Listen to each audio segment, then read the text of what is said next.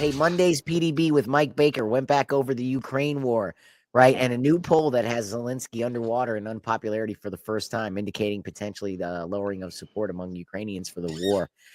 They also reminded us again, don't forget about 10 million Ukrainians have left that country, and they don't anticipate that they're going to return. So that country's really in a lot of trouble because of this this invasion by Putin. So a lot to be seen from there. That's still going on. That's still a lot of trouble over there in that region. Steve Day show yesterday during the first 15 minutes played the clip of the LA mayor, Karen Bass. Have you heard this, Karen Bass? Oh, God. Telling residents where to go on the web for resources. Have you heard that? Oh, my God. Not only did I hear that, but I heard when the reporter cornered her in the jetway of the airplane. She had zero response. Do you have nothing to say, Madam Mayor? Yeah, she doesn't have anything. Of course, she doesn't have anything to say, right? But anyway, but the best part was basically she's reading, trying to tell residents where to go for help and support in a time of need during these LA fires. And we have a website up to support your support you. The address is URL.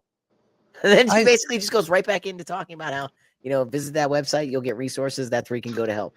I swear to God, there must be. Go to www. Right?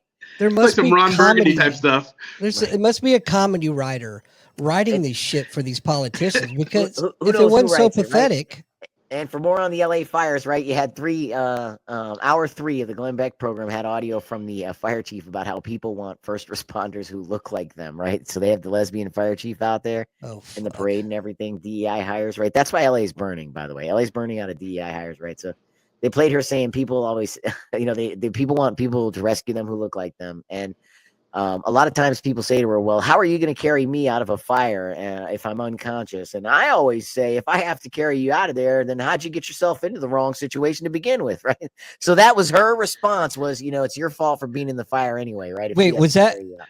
Response? Yeah, that was her response at the press. You can watch her say, well, I have to tell you then, how the hell did you get in there, right? So, so that's her. Right. So the whole world is moving for Trump. Right. To wrap it back up, we'll finish with Jack Posobiec. Had a clip Wednesday of a citizen in Greenland being asked about Trump's comments. Right. However, it didn't go the way the reporter thought it would.